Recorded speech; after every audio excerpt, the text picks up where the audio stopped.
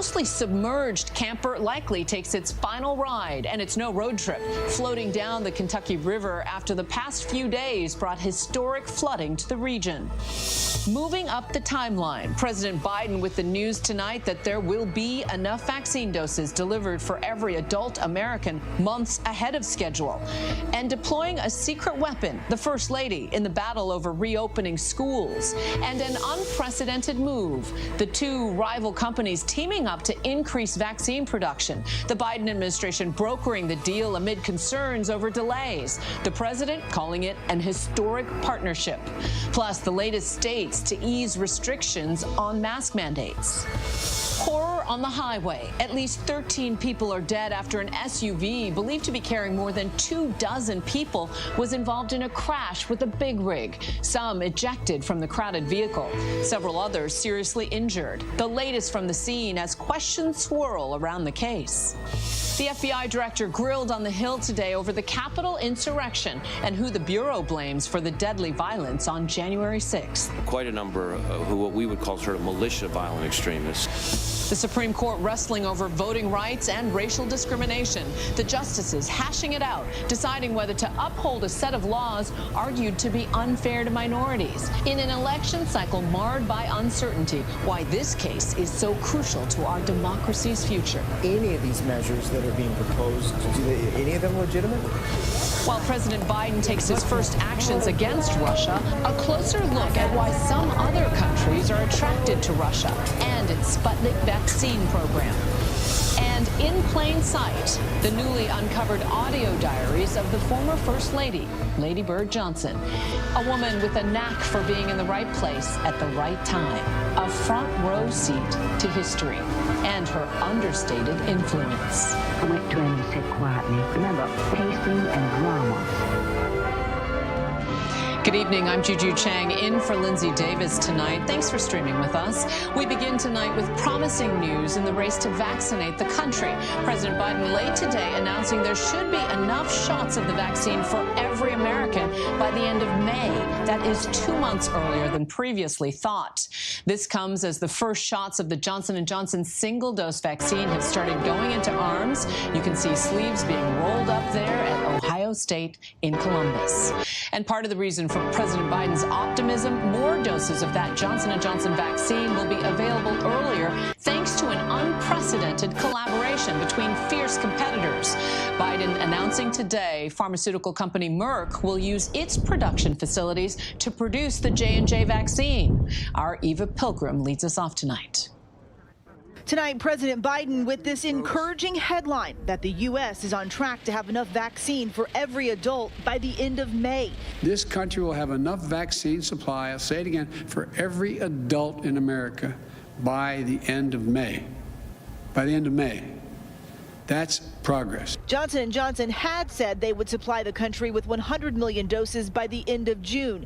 But today, the president invoking the Defense Production Act in an historic partnership between the company and pharmaceutical rival Merck to ramp up production, enabling J&J to now have its 100 million doses ready by the end of May. The president also announcing that under the federal pharmacy program, pre-K through 12 teachers, staff, and child care workers will be prioritized for vaccinations. Our goal is to do everything we can to help every educator receive a shot this month, the month of March. Today, those much anticipated Johnson & Johnson single-dose vaccines finally making their way into the arms of Americans. The name and the one shot, and I just felt like this is what I had to do.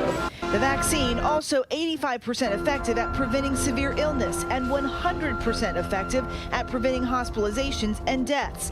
Nearly 4 million doses now headed to vaccination sites across the U.S. The CDC also expected to give the green light this week for fully vaccinated people to have small gatherings in their homes with others who've also been vaccinated.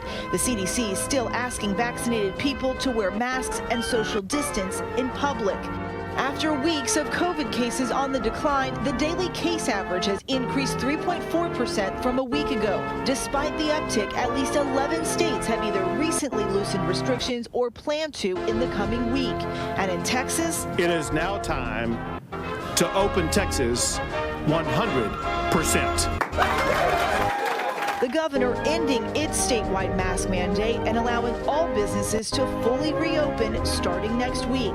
Our Marcus Moore is in Dallas. For a year, businesses across Texas have been under strict orders to prevent the spread of COVID-19. Now, with the governor's announcement, some owners tell me they face a real dilemma. Do we continue to stay open, put our community at risk, or do we lose our life savings and, the hundreds of thousands of dollars that we put into this restaurant? This as 3 still unpublished studies found the Brazilian variant not only more contagious, but in Brazil it appears it may be able to reinfect people who'd previously had COVID. The variant has so far been found in at least 7 states. Health experts doubling down that now is not the time to ease restrictions.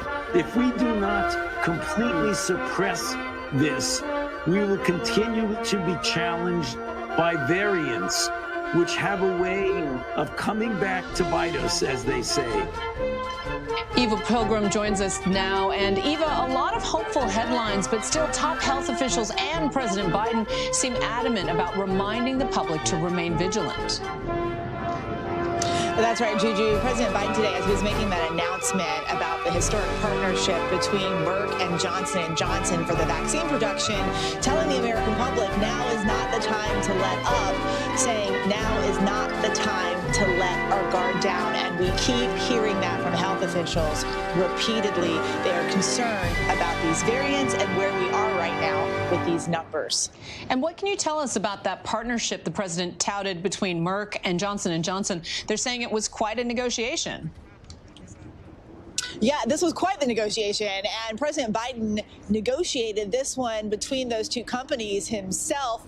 And you have to think about the fact that Merck and Johnson & Johnson are rival companies. They are usually at odds with each other, competing for the same end goal. They are now going to be working together under the Defense Production Act to make the Johnson & Johnson vaccine. Merck is going to be giving 2 of their production facilities to help make this vaccine. So we're actually going to have an updated timeline. They're going to have 100 million doses of the J&J vaccine by the end of May. That is good news for Americans who are looking to get vaccinated. Working better for the greater good. Thank you, Eva.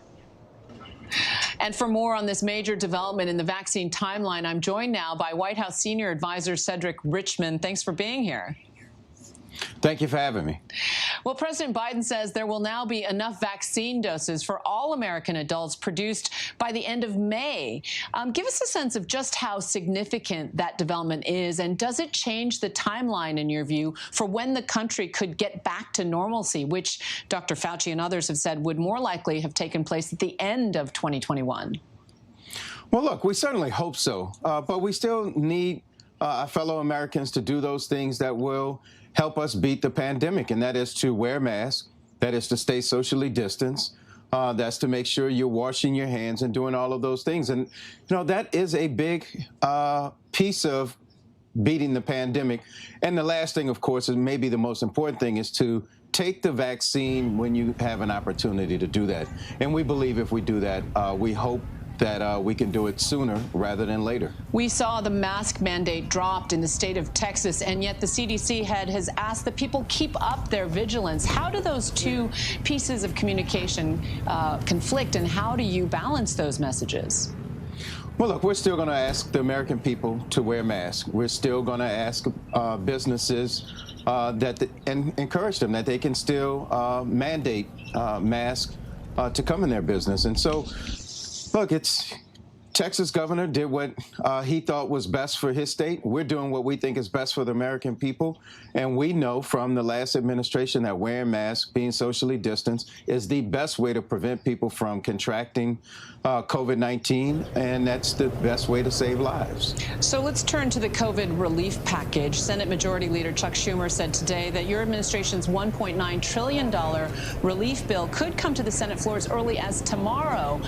Does having vaccines fully available by the end of May, this new timeline, does that lessen the need for so much emergency aid? I mean, for example, could extended unemployment benefits be scaled back if people are able to get back to work more quickly?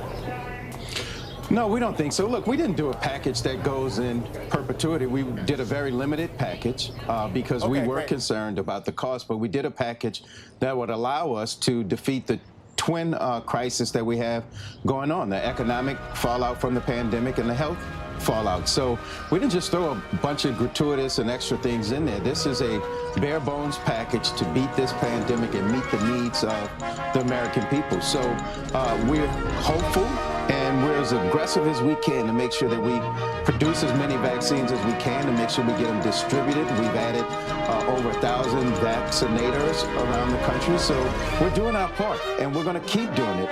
But we do need Congress to do their part and pass the American Rescue Plan so that we can do everything we need to do to defeat both of these crises that we're faced with right now. And as you know, Democrats have faced criticism for not negotiating with Republicans enough to get bipartisan buy-in for this relief bill.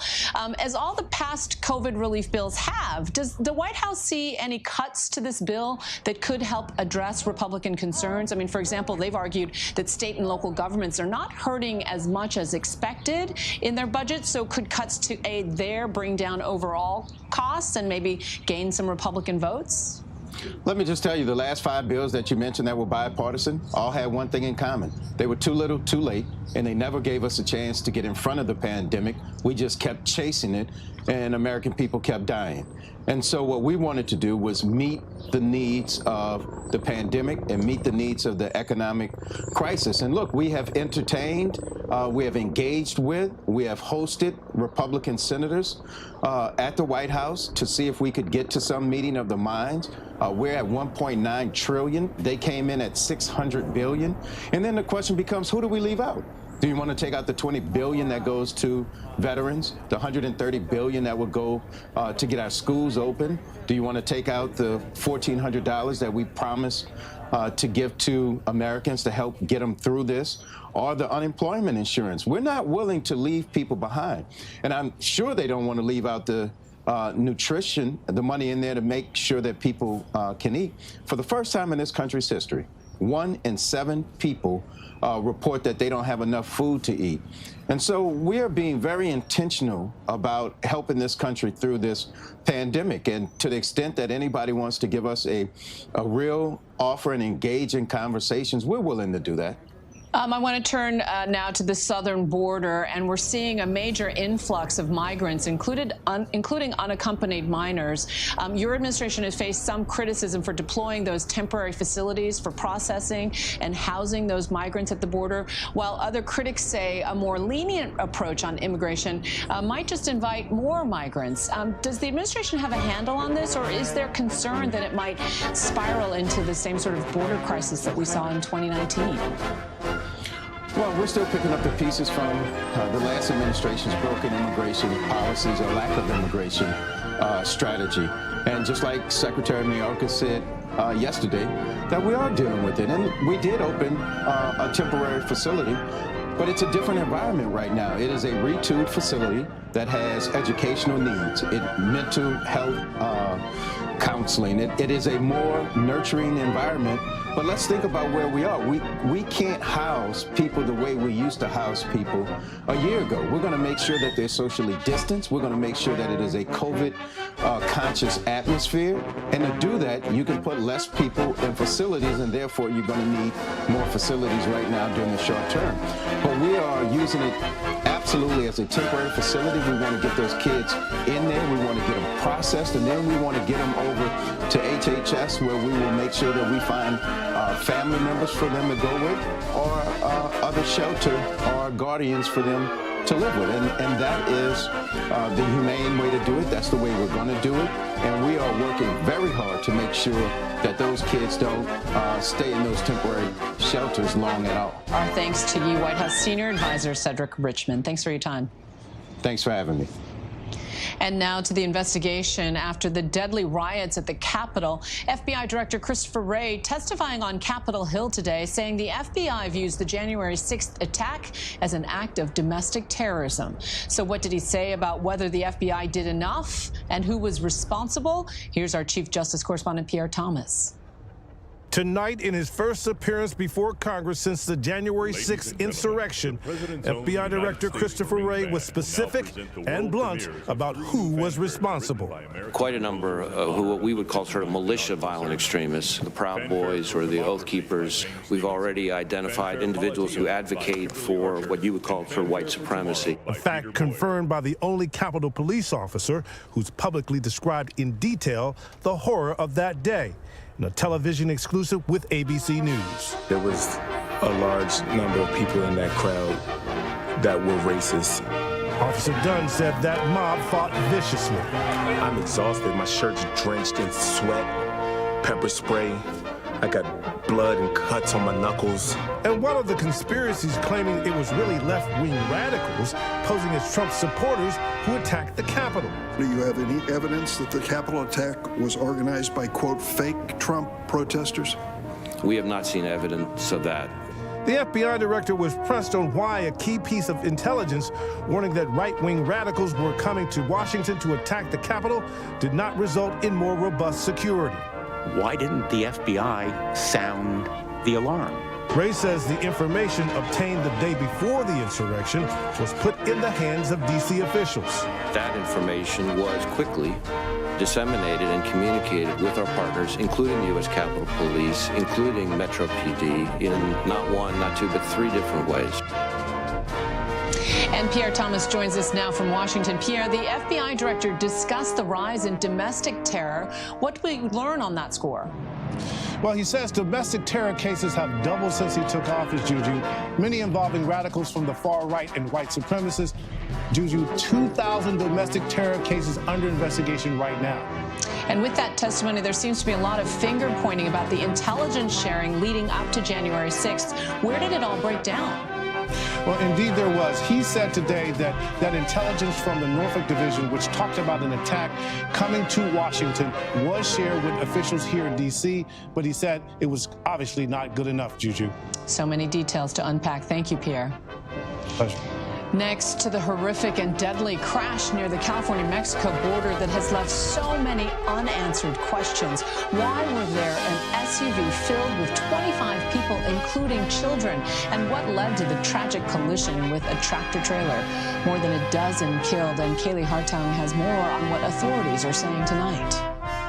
Tonight, the massive death toll after this horrific accident. That maroon Ford Expedition, the driver's side completely wrapped around a semi, hauling 2 gravel trailers.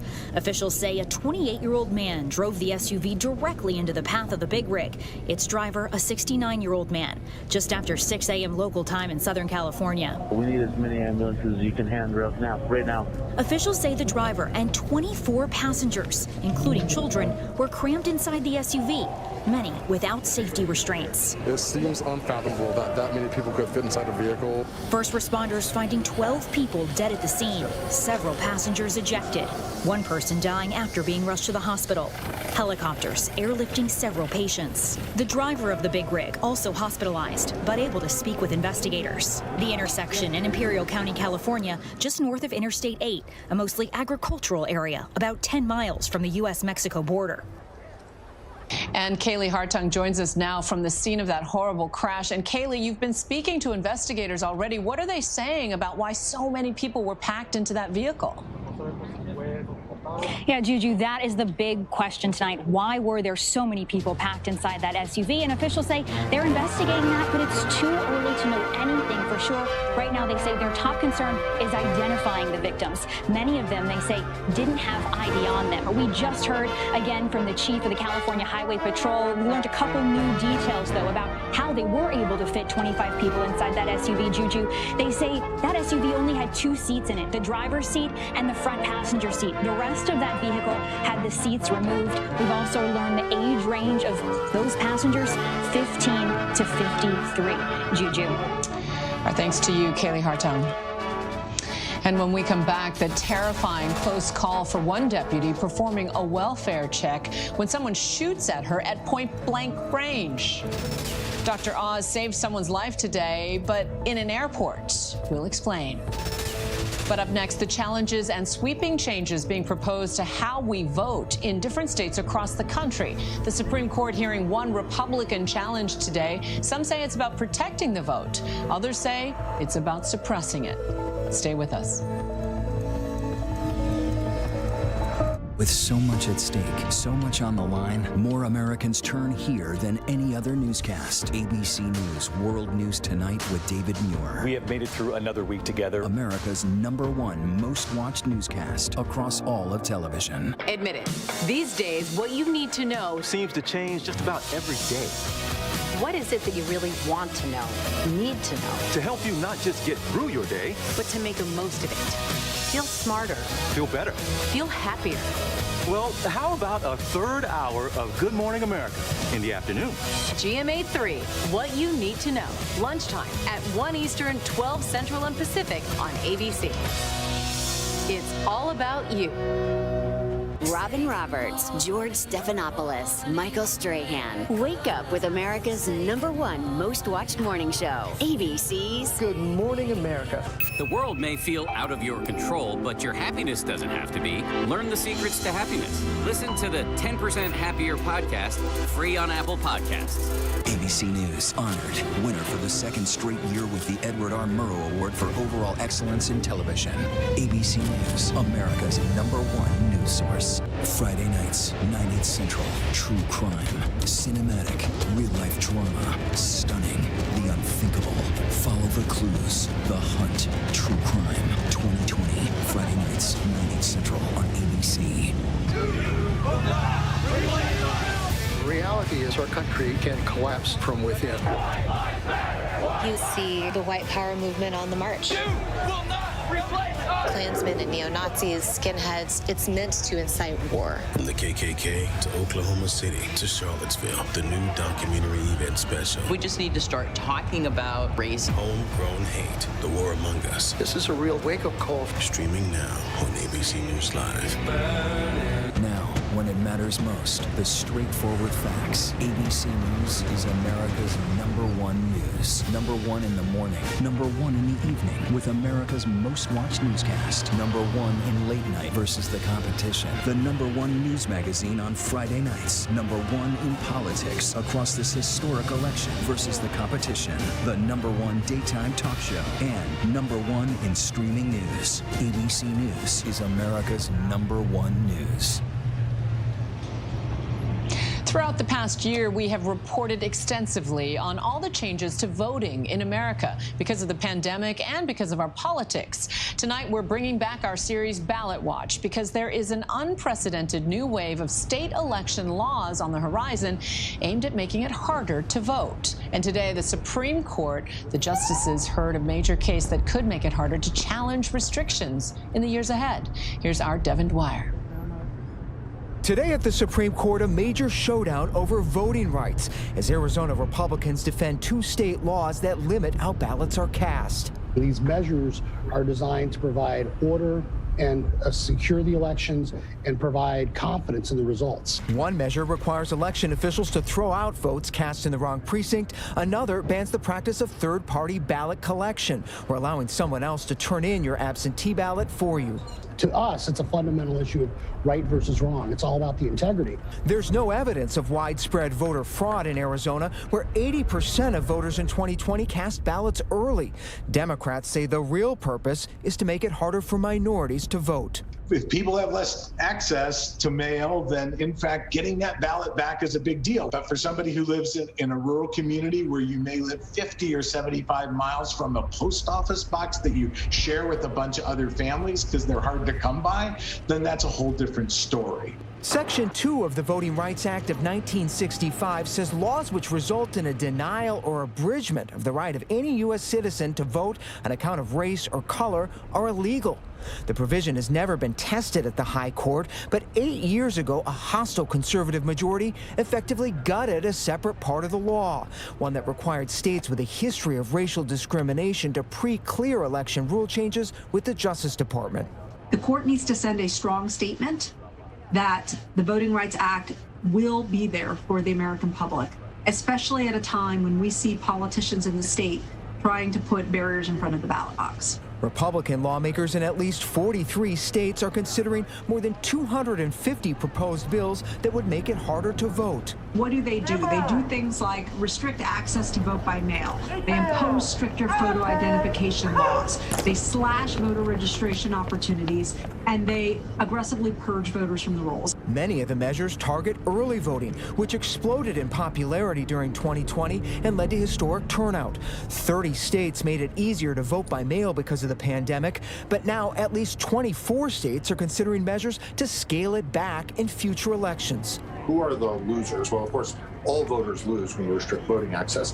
But if you said within that subset, you would see that it is almost inevitably aimed at either minority voters or young voters. Democratic election lawyer Mark Elias says the tidal wave of new laws reflects former President Trump's lie that the election he lost was rigged. They are restricting voting rights not just in purple states, but they are doing it in red states as well. And it is that reason that I am so confident that this is a product of showing fealty to a failed one-term president as it is anything else. We must pass comprehensive election reforms, and we must do it now. As Trump prods his allies, Republican-controlled state legislatures have been moving quickly. In Iowa, Republicans have sent the governor a bill to slash the early voting period by 9 days and impose tighter deadlines on mail-in ballots. The fact of the matter is there are Americans across this state that have some concerns about what happened in this last election. In Georgia, which helped decide the presidential race and gave Democrats control of the U.S. Senate, protests as Republicans advance a sweeping crackdown. Now, Republicans in the Georgia General Assembly are trying to change the rules of the election here in Georgia. Rules that you wrote because you were handed defeat in November the 3rd and again on January the 5th. House Bill 531 is designed to begin to bring back the confidence of our voters back into our election system. They want to restrict placement of ballot drop boxes, cut hours for early voting on weekends, and require photo ID to vote by mail. For people who have a driver's license, who have the privilege to have a driver's license, maybe that's no big deal to have to do that. But for somebody who doesn't have a driver's license, then they have to jump through a whole bunch of hoops. Are any of these measures that are being proposed, any of them legitimate? Most of these measures really don't make the election more secure. I mean, even if you set aside the fact that there is vanishingly little, if any, fraud in our election, there's nothing that makes the election more secure by saying that the election day has to be shorter. More than half of all voters believe the 2020 election was secure. It's a view shared by the Trump Justice Department and dozens of federal judges. Still, nearly 3 in 4 Republicans disagree. I mean, how do you restore confidence when you have half the electorate, 73% of Republicans say they thought there was widespread voter fraud? That, I think, is the big question. I think the real challenge for our democracy moving forward, beyond laws and lawsuits, is how do we get to a place in which both political parties agree that we hold and should hold fair and free elections. In Arizona, Attorney General Mark Brnovich says the answer is in the rule of law. Look, I'm a first-generation American, and I understand how important, symbolically, emotionally, and practically that right to vote is. We want to make sure that everyone has confidence in the results, and no one can go around saying that somehow there was some shenanigans or something, or somebody was disenfranchised.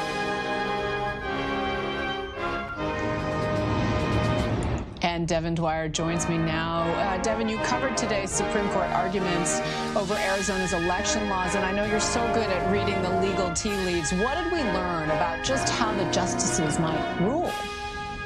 Well, Juju, it seems likely that the court's conservatives will actually uphold those 2 Arizona laws, the one on out-of-precinct voting and the ban on ballot collection. Justice Brett Kavanaugh pointed out that since many other states have these rules, and since a bipartisan commission in 2005 actually found some legitimate concerns for ballot collection, he said there are reasonable race-neutral justifications for both. And, of course, even the Biden administration, surprising to many people, wrote a letter to the Supreme Court, said they didn't think these 2 two Arizona laws violated the Voting Rights Act. But the big question is, how will the justices write this opinion? What sort of test will they create for figuring out when laws do constitute racial discrimination?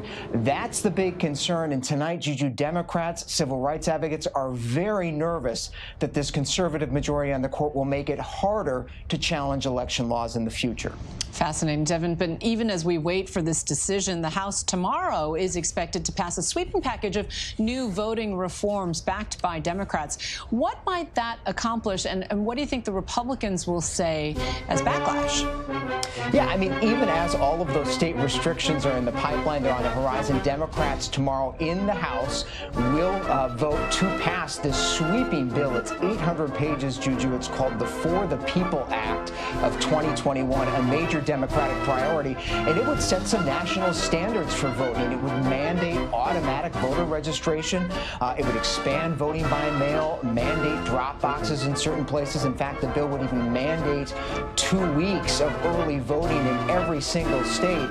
As you alluded to, Republicans are opposed to this. They say it just favors Democrats politically, and that's why Juju faces very long odds in the Senate with that razor-thin majority. But Democrats tonight saying they're going to fight for it there. Juju?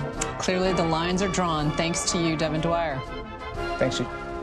And still ahead here on Prime, 6 Dr. Seuss books will no longer be published. We'll explain why the publishers took this action on what would have been his 117th birthday. The Russian vaccine being deployed around the world, helping that nation restore some of its luster on the global stage. But what do we really know about these shots? And if the COVID relief proposals are so popular, as polling seems to suggest, why are almost all, if not all, Republicans so far opposed to it? We'll take a look by the numbers. But first, our tweet of the day. Vaccine, vaccine, vaccine. I'm begging of you, please don't hesitate. Vaccine, vaccine. You gotta love it, Dolly Parton. Got a COVID shot today, and let us know as only she can. I know I'm trying to be funny now. I'm dead serious about the vaccine. I think we all want to get back to normal. I know what happened, and I'm not guilty. Why the fascination with criminal trials? Figure out what's really out there. She revealed she had murdered his family. I know in my heart they did this. It's the time of suspicion. The ending's really tough. You don't know whether truth is going to be difficult to find unless you try to find it.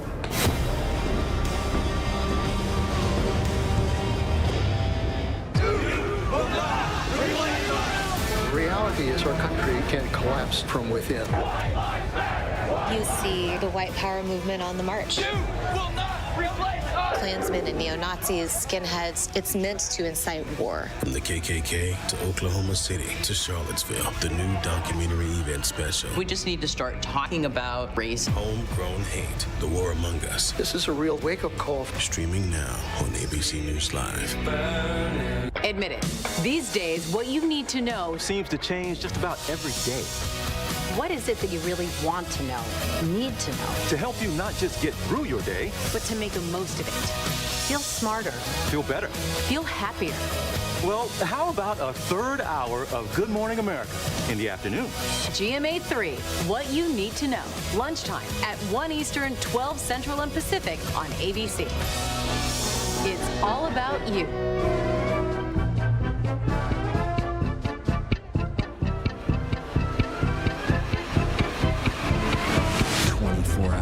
Assault on the Capitol, the ABC News original, exclusively on Hulu, now streaming. With so much at stake, so much on the line, more Americans turn here than any other newscast. ABC News World News Tonight with David Muir. We have made it through another week together. America's #1 most watched newscast across all of television. The world may feel out of your control, but but your happiness doesn't have to be.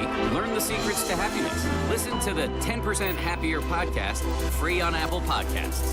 Robin Roberts, George Stephanopoulos, Michael Strahan. Wake up with America's #1 most watched morning show. ABC's Good Morning America. ABC News honored winner for the second straight year with the Edward R. Murrow Award for Overall Excellence in Television. ABC News, America's #1 news source.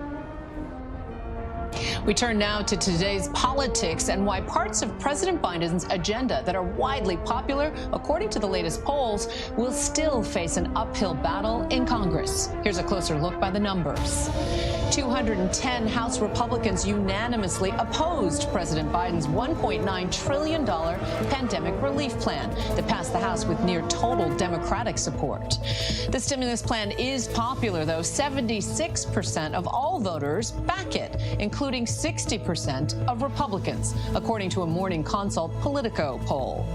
Our partners at 538 suggest that Republicans aren't too worried, though, about a backlash for opposing popular policies because of the Electoral College and our heightened partisanship. 50 Democratic senators represent 185 million Americans, while the other 50 Republican senators represent 143 million Americans, giving each of those voters a lot more sway. Also, it would have taken just 257,000 votes in 3 states for President Trump to have won the presidency, even though he lost nationally by more than 7 million votes, because, once again, of the Electoral College. And finally, party loyalty is now at a record high.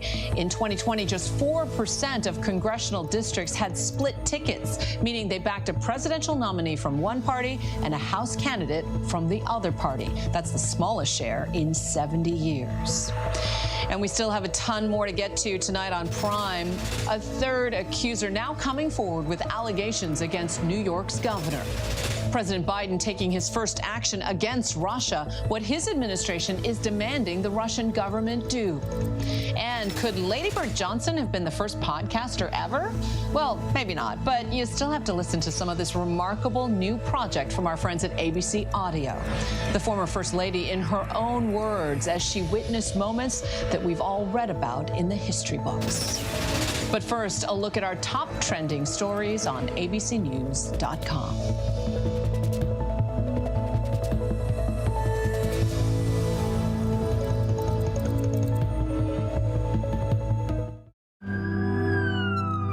We will guide you through it all tonight. We have made it through another week together. Big hug, Griffin. We tell all our patients how much they're loved. We hold their hands. David, we're showing our love and support for all the ICU staff. They're the heroes in this.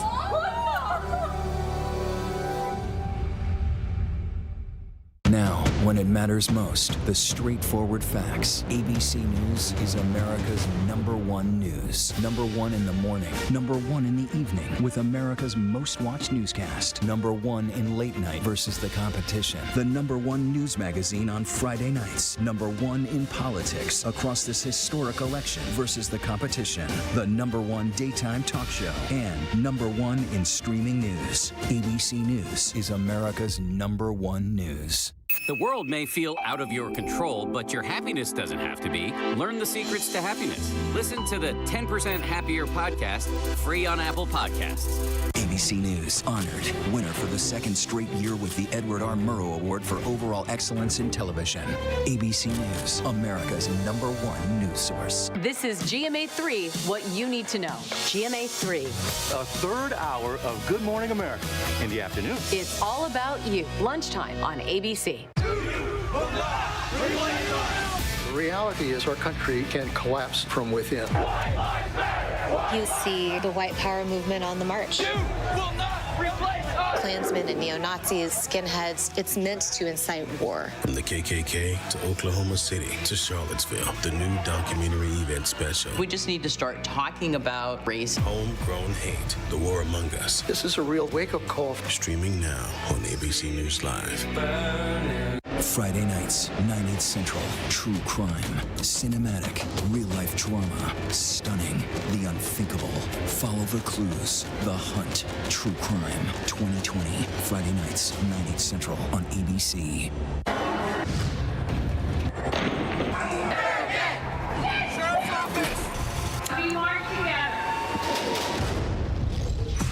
The most powerful stories of our time, anytime.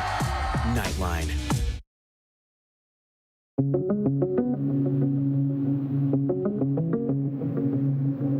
Johnson & Johnson and Merck will work together to expand the production of Johnson & Johnson's vaccine. The White House announcing a new partnership between big pharma companies Merck and Johnson & Johnson to get more shots in the arms of Americans. Here's what all this means.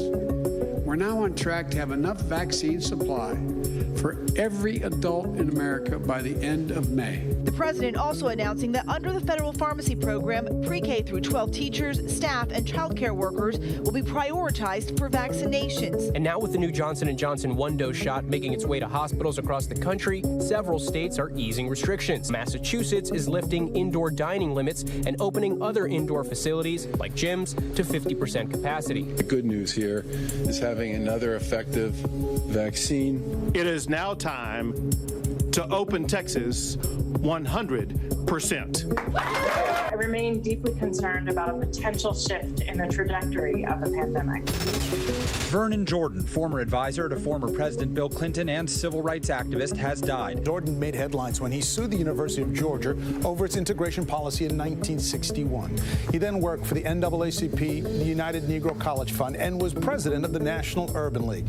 In 1980, Jordan was badly wounded by a white supremacist sniper. In 1992, he was an advisor to Bill Clinton when he ran for president. And in a statement, Bill and Hillary Clinton said Vernon Jordan brought his big brain and strong heart to everything and everybody he touched. He was a wonderful friend to Hillary, Chelsea, and me in the good times and bad.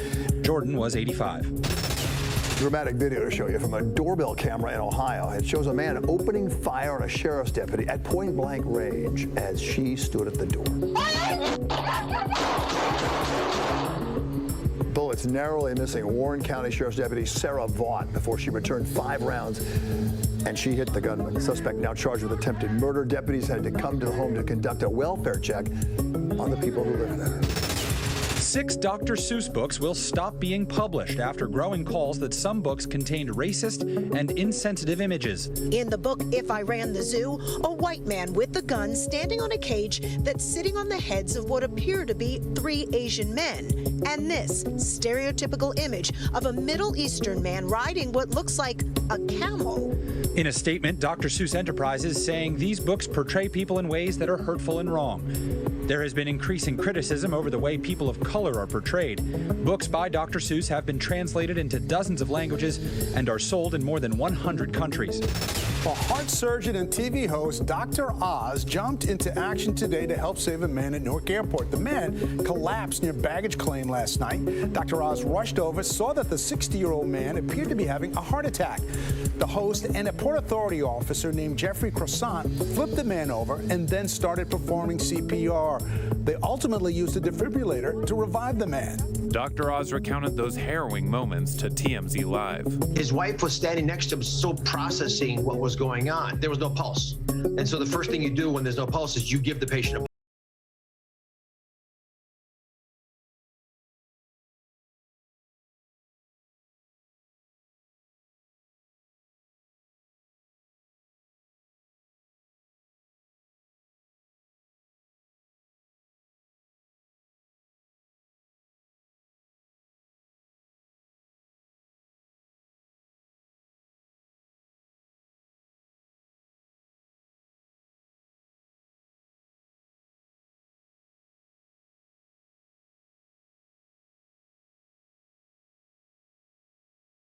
difference is that he was wearing a mask, but I do think that's an important point of reassurance for the country, reassurance for anybody watching overseas, you know, and I think that's the, you know, this is the concerns that we should be having right now: continuity of government, the president's health, making sure that we're getting all of the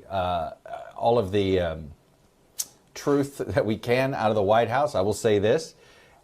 him being upright, walking under his own power, climbing up the stairs, that does seem to at least comport with the White House talking point of saying that he's just going there out of an abundance of caution. So, that's why these appearances do matter, is that, it's one thing for the White House to tell us, no, this is due to an abundance of precaution, but to see him let people make up their own mind and to see what they're seeing today. But look, this is clearly, this is this is real life, and this pandemic impacting our continuity of government and this campaign, and it's something that we have all known was going to be inevitable, that no matter how much you try to put this virus in the rearview mirror, this virus forces its way.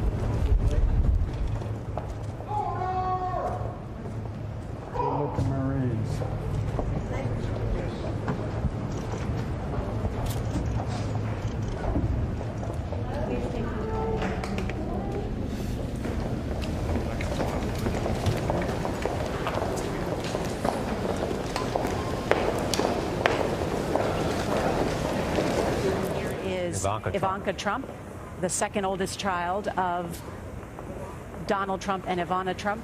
Walking next to her brother, Don Jr., and there's Eric Trump and Tiffany Trump, and there's Barron bringing up the rear. Melania and Donald Trump's 10-year-old son.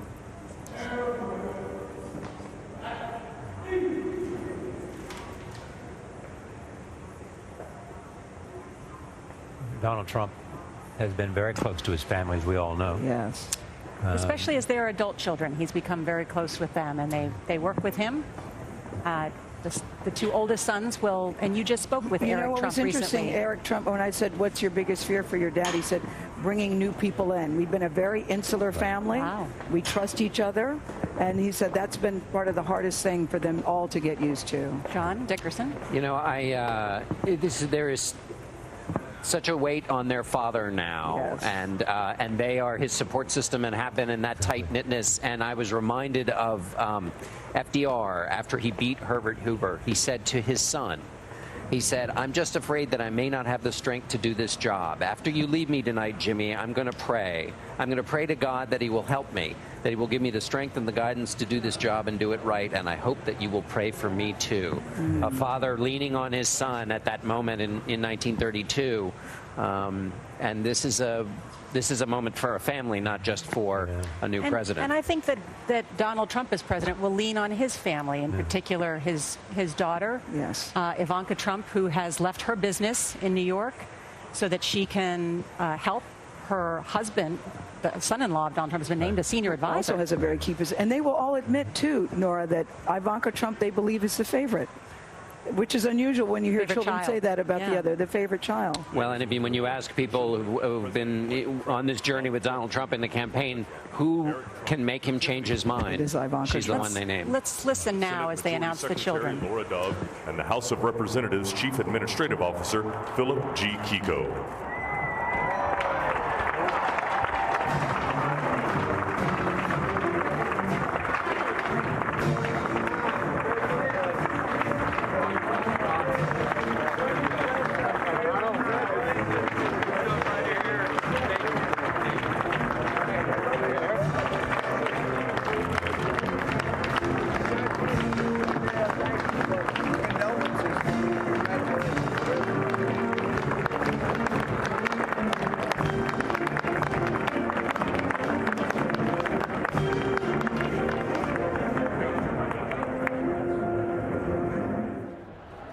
Ladies and gentlemen, Mrs. Melania Trump and Mrs. Karen Pence, escorted by the Secretary of the Senate, Julie Adams, the Clerk of the House of Representatives, Karen Haas, Mrs. Abigail Blunt, Mrs. Jana Ryan, the Honorable Elaine L. Chao, and Mrs. Judy McCarthy.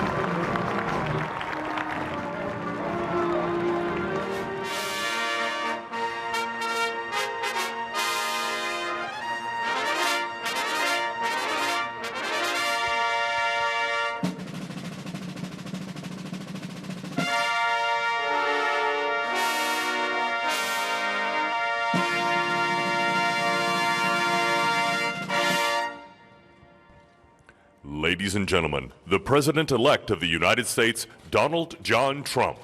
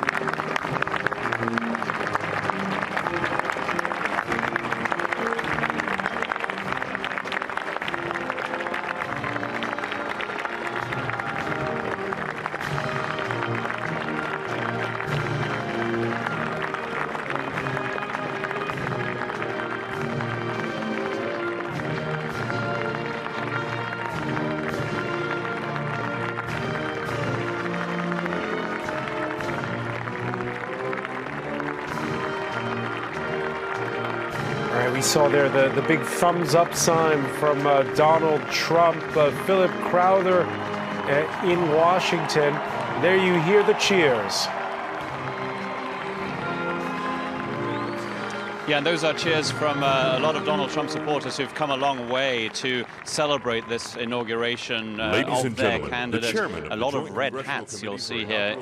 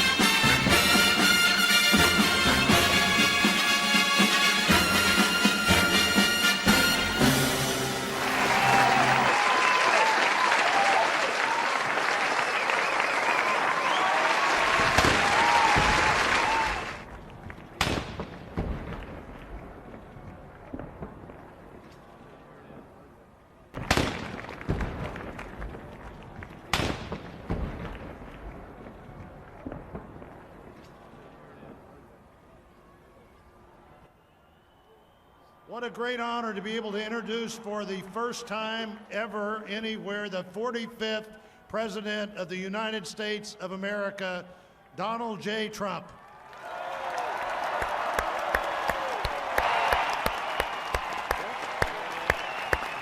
Did I get that one right?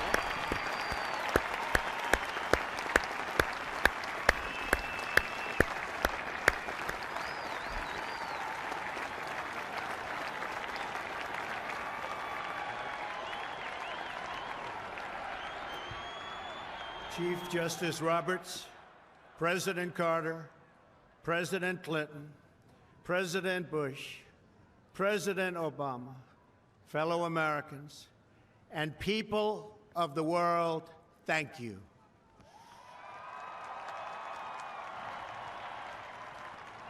We, the citizens of America, are now joined in a great national effort to rebuild our country and restore its promise for all of our people.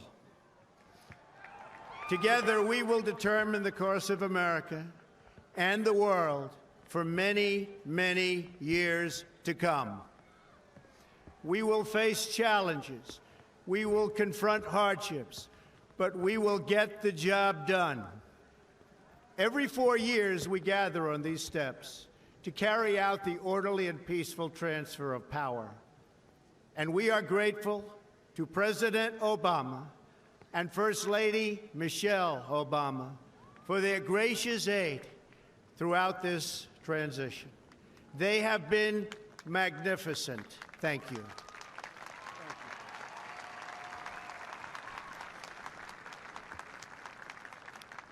Today's ceremony, however, has very special meaning, because today we are not merely transferring power from one administration to another or from one party to another, but we are transferring power from Washington, D.C., and giving it back to you, the people.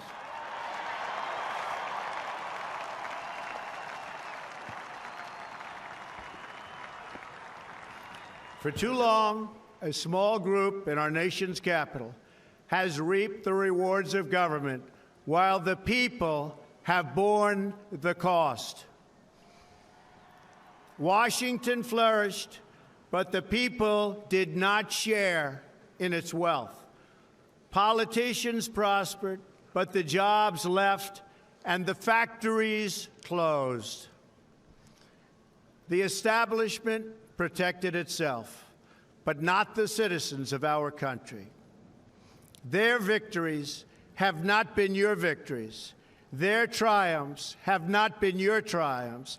And while they celebrated in our nation's capital, there was little to celebrate for struggling families all across our land.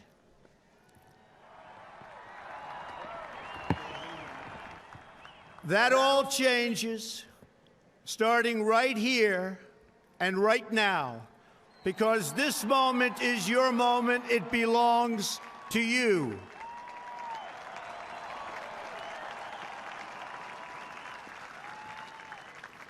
It belongs to everyone gathered here today and everyone watching all across America. This is your day. This is your celebration. And this, the United States of America, is your country.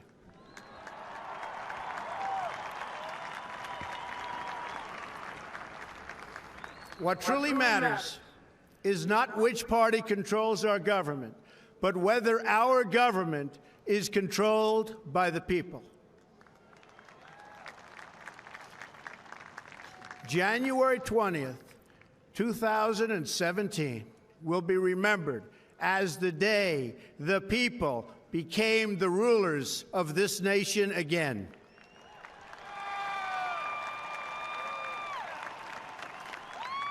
The forgotten men and women of our country will be forgotten no longer. Everyone is listening to you now. You came by the tens of millions to become part of a historic movement, the likes of which the world has never seen before. At the center of this movement is a crucial conviction that a nation exists to serve its citizens. Americans want great schools for their children, safe neighborhoods for their families, and good jobs for themselves. These are just and reasonable demands of righteous people and a righteous public. But for too many of our citizens, a different reality exists. Mothers and children trapped in poverty in our inner cities, rusted out factories scattered like tombstones across the landscape of our nation, an education system flush with cash, but which leaves our young and beautiful students deprived of all knowledge. And the crime, and the gangs, and the drugs that have stolen too many lives and robbed our country of so much unrealized potential.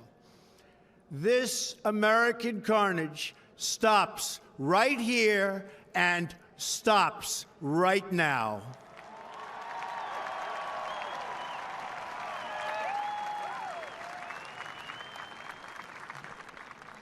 We are one nation, and their pain is our pain. Their dreams are our dreams, and their success will be our success. We share one heart, one home, and one glorious destiny. The oath of office I take today is an oath of allegiance to all Americans.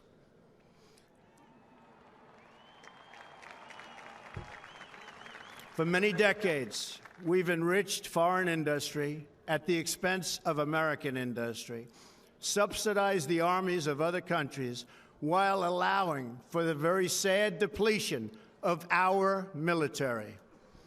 We've defended other nations' borders while refusing to defend our own.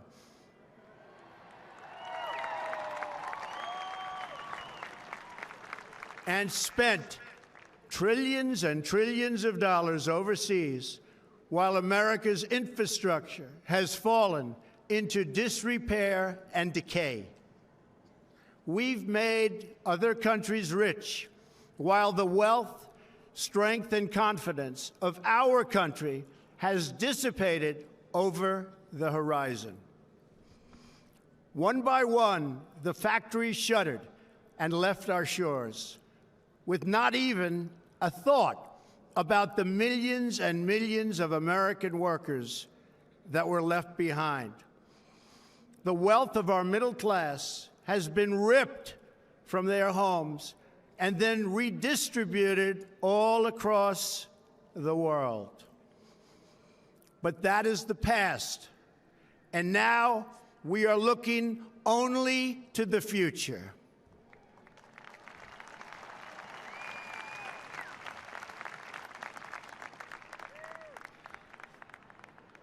We assembled here today are issuing a new decree to be heard in every city, in every foreign capital, and in every hall of power. From this day forward, a new vision will govern our land. From this day forward, it's going to be only America first. America first.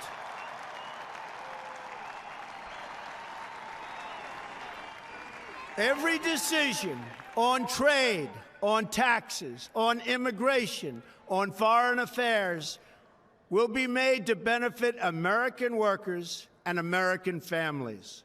We must protect our borders from the ravages of other countries, making our products, stealing our companies, and destroying our jobs.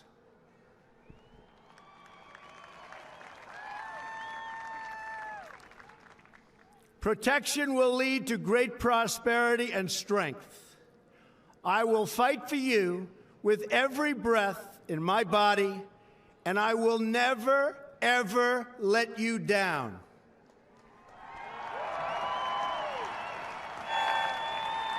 America will start winning again, winning like never before. We will bring back our jobs. We will bring back our borders. We will bring back our wealth. And we will bring back our dreams.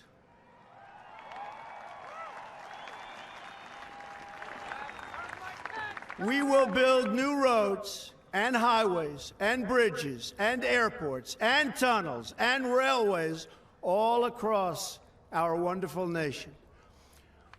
We will get our people off of welfare and back to work, rebuilding our country with American hands and American labor.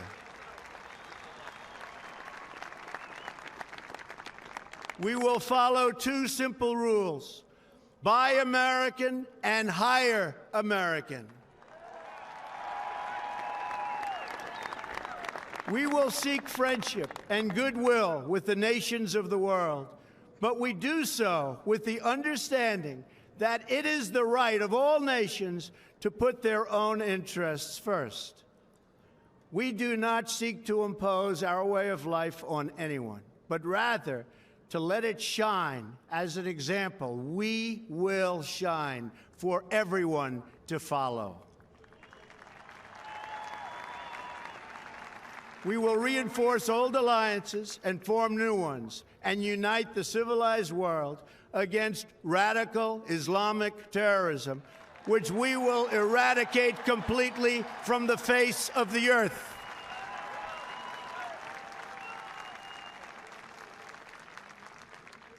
At the bedrock of our politics will be a total allegiance to the United States of America. And through our loyalty to our country, we will rediscover our loyalty to each other. When you open your heart to patriotism, there is no room for prejudice.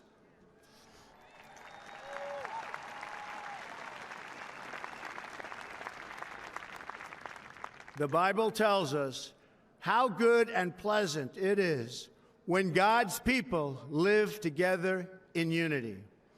We must speak our minds openly, debate our disagreements honestly, but always pursue solidarity. When America is united, America is totally unstoppable.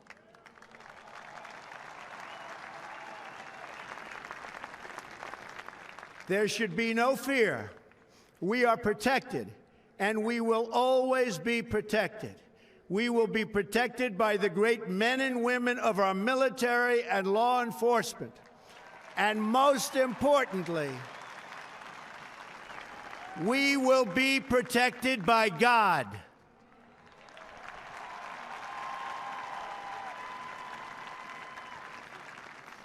Finally, we must think big and dream even bigger. In America, we understand that a nation is only living as long as it is striving.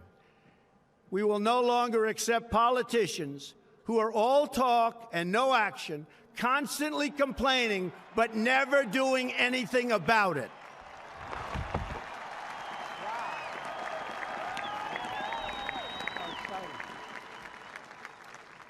The time for empty talk is over. Now arrives the hour of action.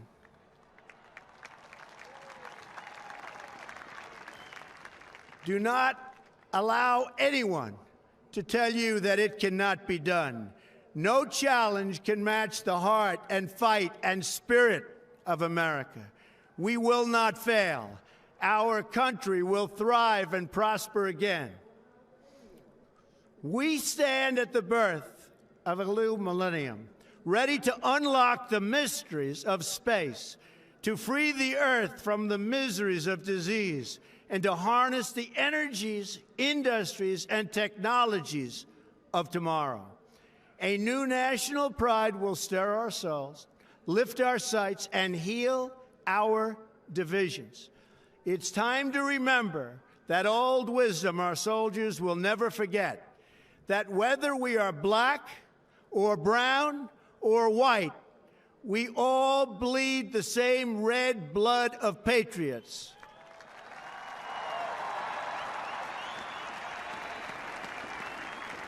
We all enjoy the same glorious freedoms, and we all salute the same great American flag.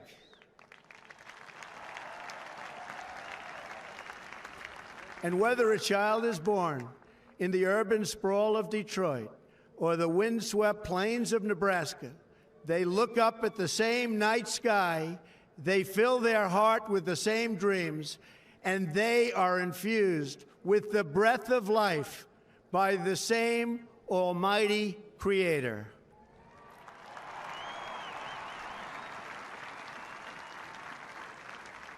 So to all Americans in every city, near and far, small and large, from mountain to mountain, from ocean to ocean, hear these words: you will never be ignored again.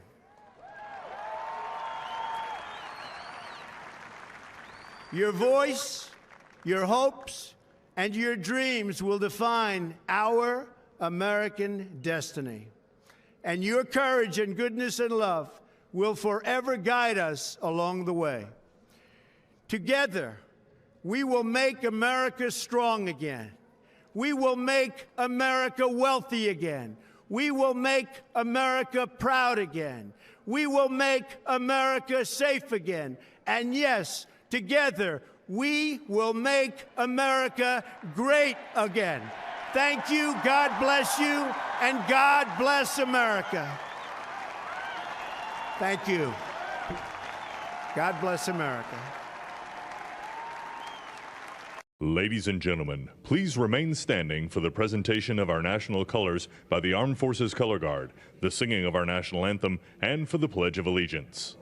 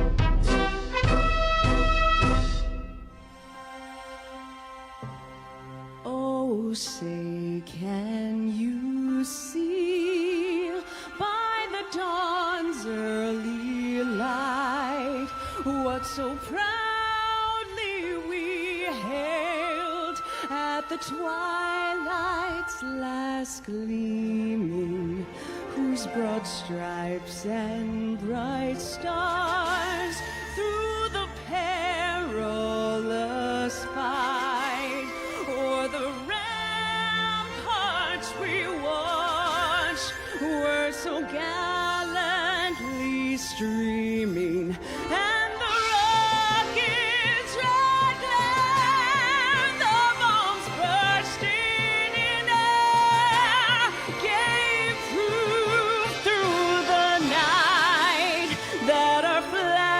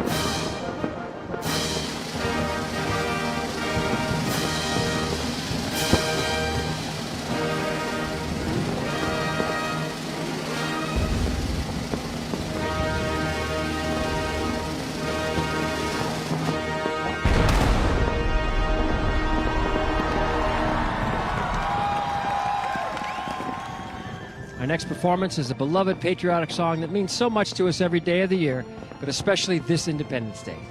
Please welcome one of the most highly acclaimed artists of this or any generation, a winner of 4 Grammy Awards and the National Medal of the Arts, and my dear friend, Renee Fleming. God Bless America is now over a century old. Its words and the emotions they evoke are perhaps more important on this July 4th than any in our country's history.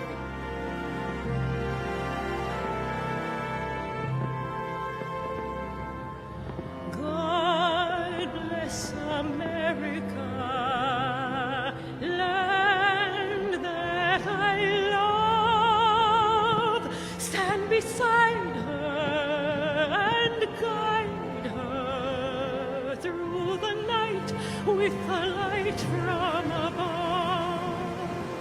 From the mountains to the prairies to the oceans white with foam.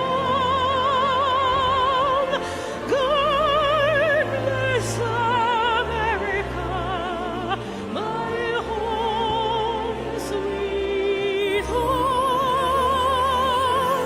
God bless America, my home, sweet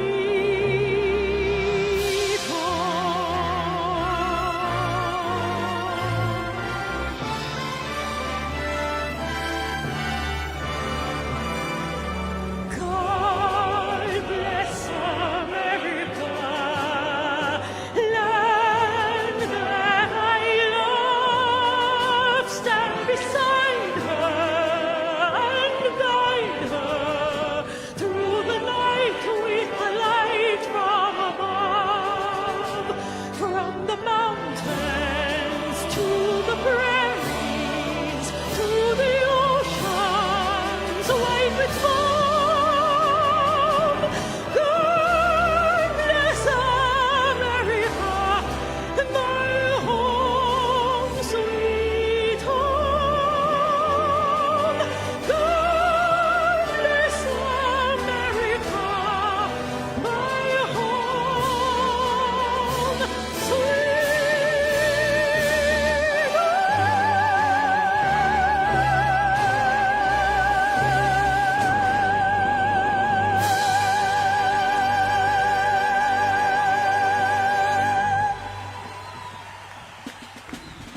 As we watch the fireworks, let's enjoy more great patriotic music by the U.S. Army Band Pershing Zone and the U.S. Army Herald Trumpets.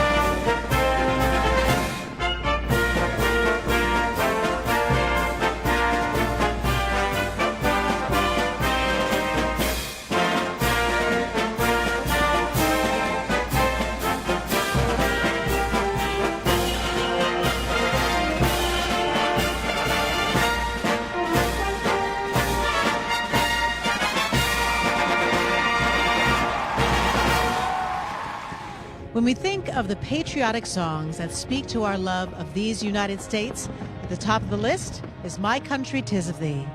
To perform it, please welcome a 3-time Academy of Country Music Award winner, a longtime advocate for our veterans, and a member of the Grand Ole Opry. Here he is, Trace Adkins. Happy July 4th, America. This next song is dedicated to this nation that we all love so very deeply.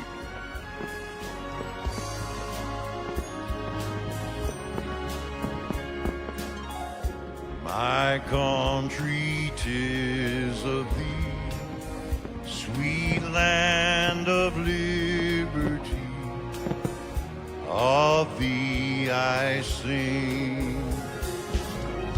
Land where my fathers died, land of the pilgrim's pride. From every mountainside let freedom ring. My native country thee, land of the noble free. Thy name I love. I love thy rocks and rills, thy woods and temple hills. My heart with rapture feels like that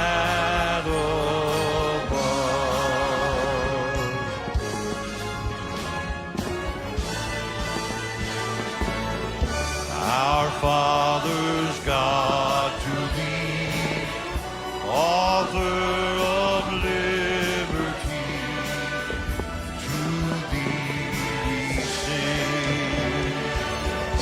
Long may our land be bright with freedom's holy light.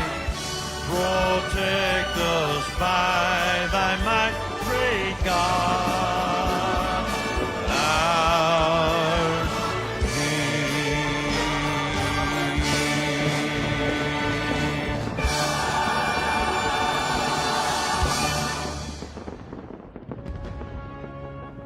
This has been a truly special evening. With so much on our minds these days, it was important that we continue this great Capital Fourth tradition. While never losing sight of the fact that our American journey is one we must walk together, with respect and inclusivity, always striving to find the good in each other, and to remember that to truly love our country, we need to love one another. Right, John? Yes, Vanessa, you're so right, and that was really beautifully said. And I just want to say that we hear you, and we are listening. And now, here with a song so fitting for this time in our country's history, joined by our 4 students that we met earlier tonight. Please welcome back Yolanda Adams.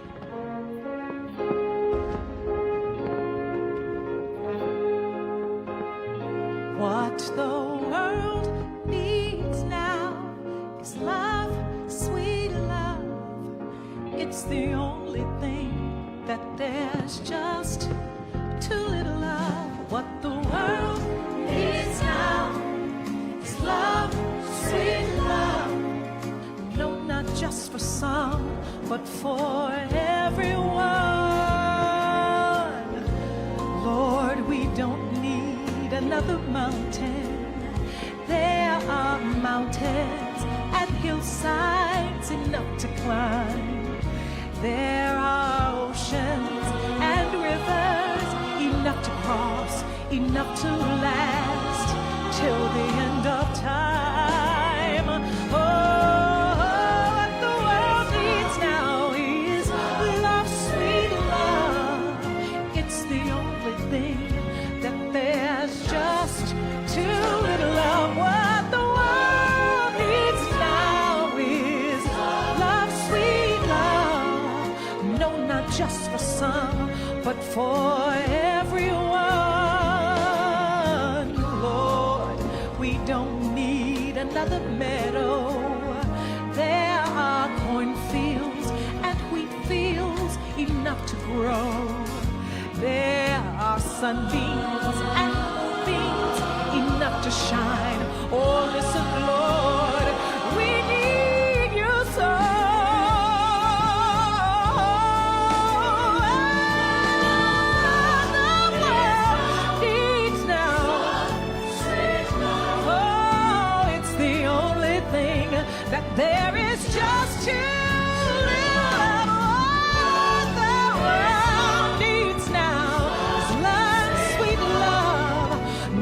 not just for some, but for everyone.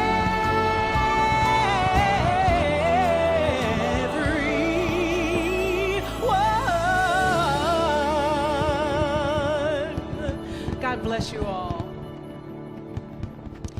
Well, we've saved the best for last. That's my favorite song, by the way. Thank you. Here's one of the greatest Capitol Fourth moments of all time. From July 4th, 2000, here's Ray Charles. Oh, beautiful, far spacious skies,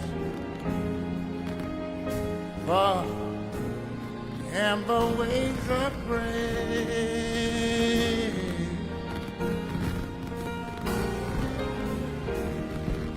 far purple mountains, majesty.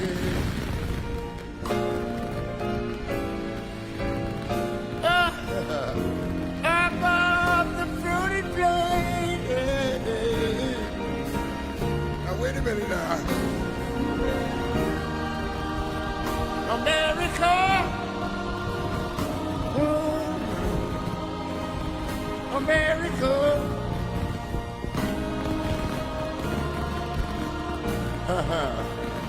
God done shed his grace on me. Oh, yes, he did. And he called out good. He told me he would. Said he brotherhood from sea to shining sea. You know, I wish I had somebody that would help me sing this thing.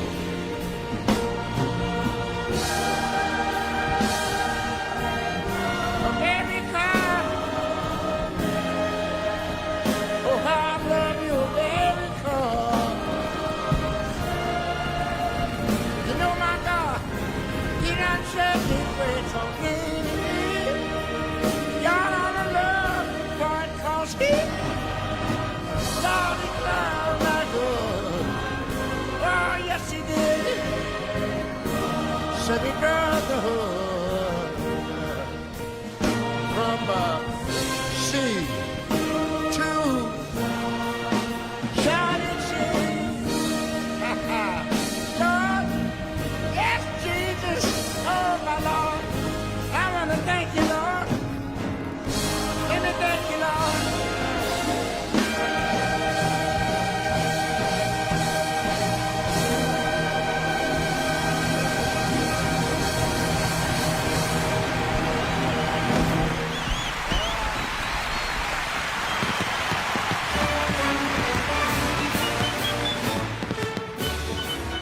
Stay tuned, because immediately after we finish tonight's show, there is an encore performance of a Capitol Fourth on most PBS stations. We've got more fireworks and more music to come. Thank you for joining us tonight, and God bless America.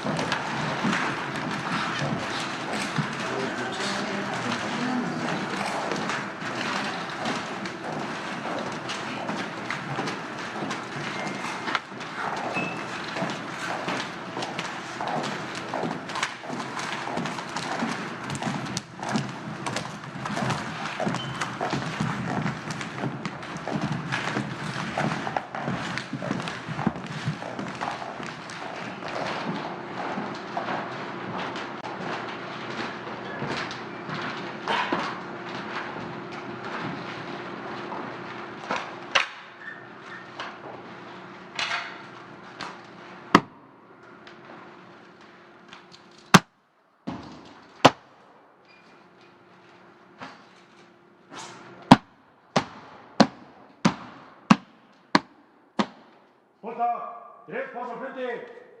¡Vamos!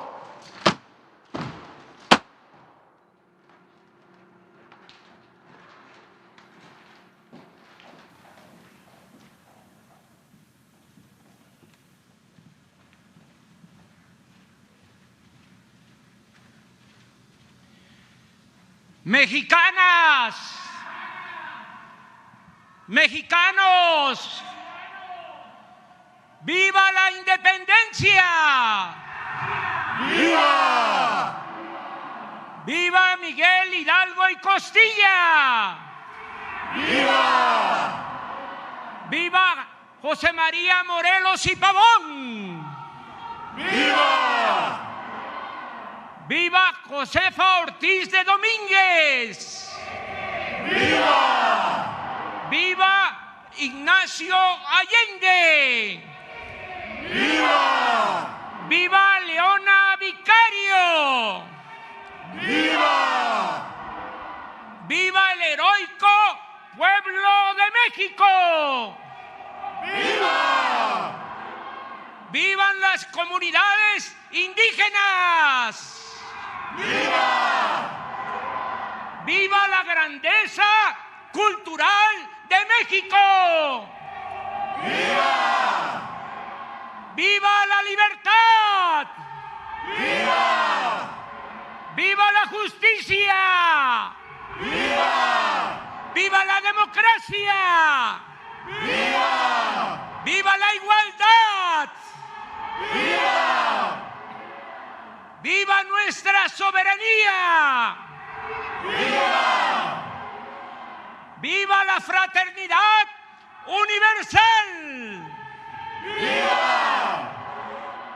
¡Viva el amor al prójimo! ¡Viva! ¡Viva la esperanza en el porvenir! ¡Viva! ¡Viva México! ¡Viva! ¡Viva México! ¡Viva! ¡Viva México!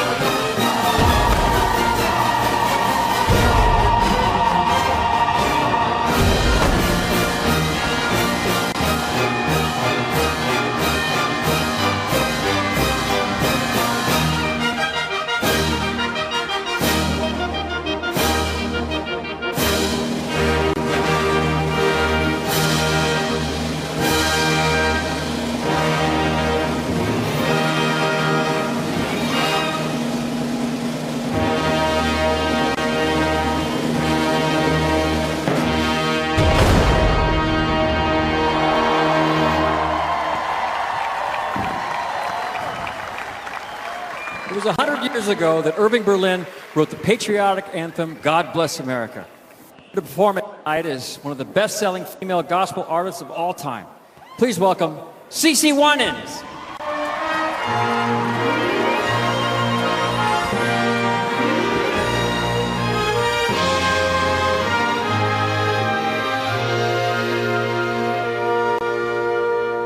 God bless America, land that I love.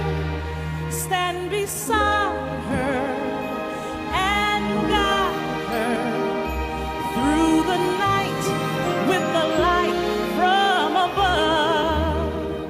From the mountains to the prairie, to the oceans, ride with fun. God bless America, my home, sweet home. God bless America, my home, sweet home. Come on, everybody, stand and sing with us.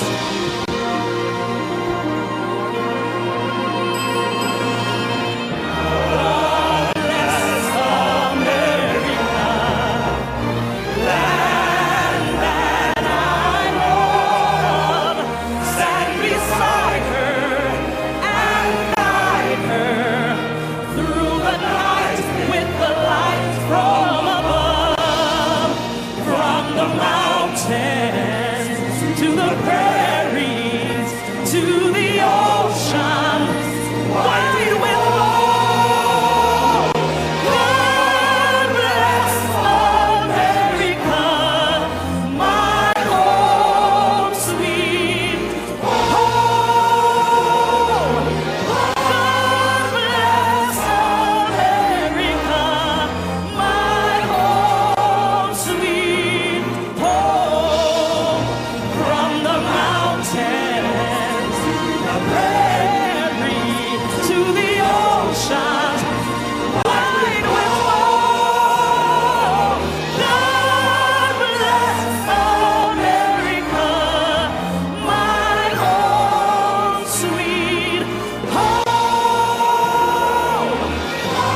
God bless America, my home, sweet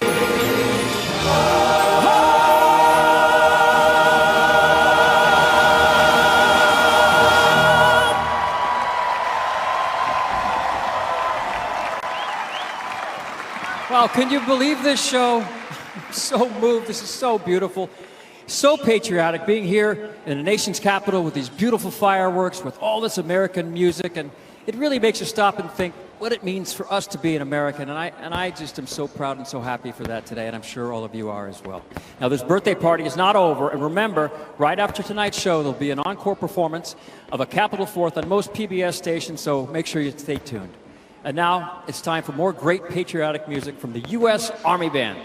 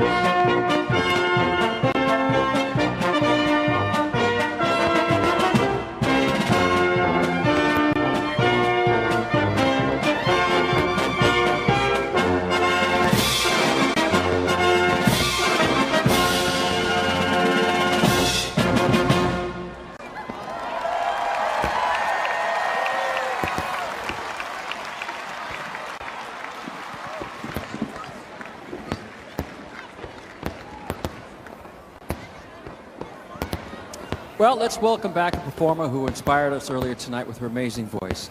Ladies and gentlemen, here is the great Renee Fleming.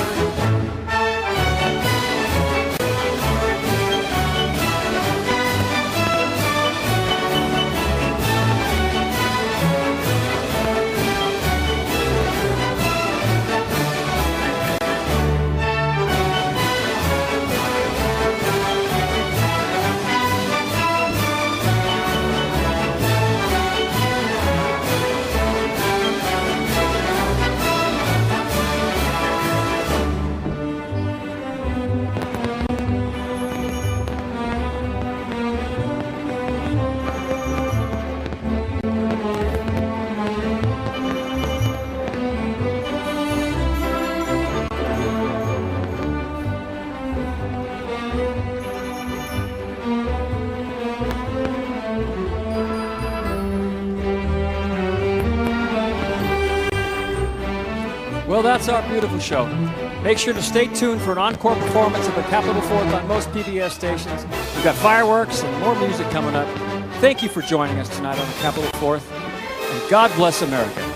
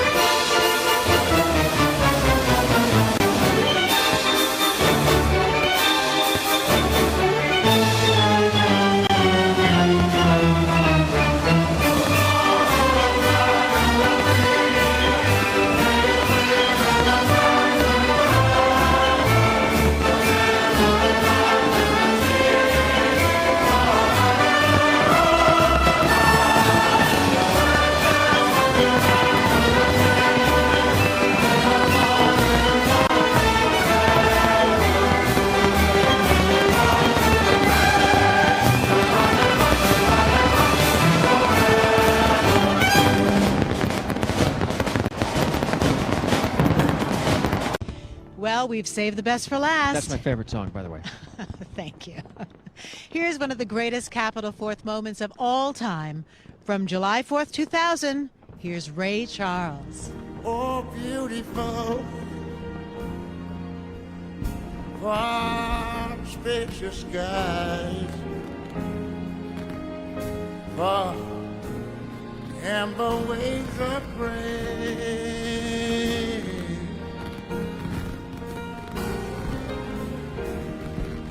far purple mountains, majesty.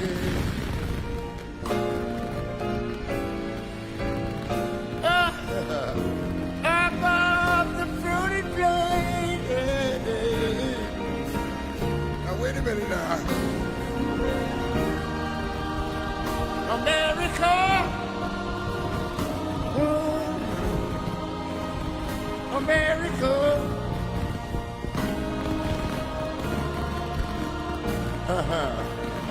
God done set his face on me. Oh, yes, he did, and he called out good. He told me he would send me brotherhood from sea to shining sea. You know, I wish I had somebody that could help me sing this thing.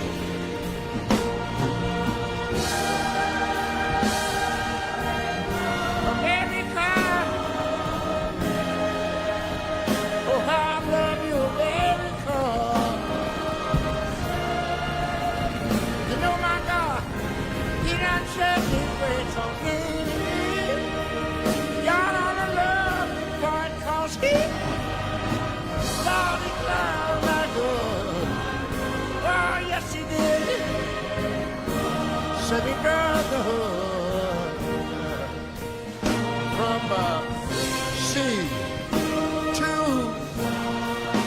shining sea. Lord, yes, Jesus, oh my Lord, I want to thank you, Lord. Let me thank you, Lord.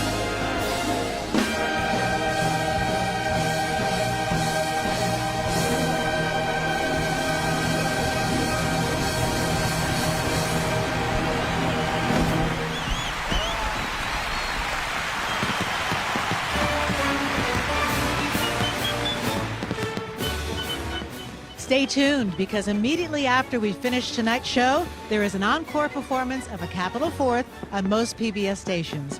We've got more fireworks and more music to come.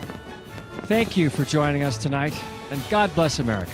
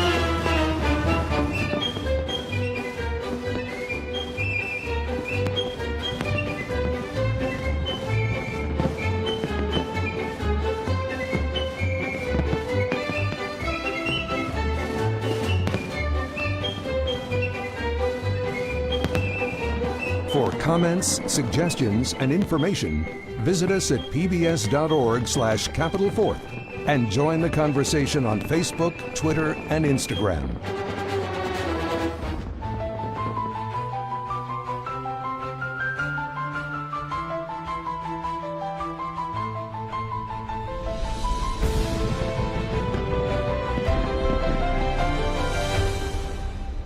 Additional funding is provided by the National Park Service, Department of the Army, the Corporation for Public Broadcasting, and by contributions to your PBS station from viewers like you. Thank you.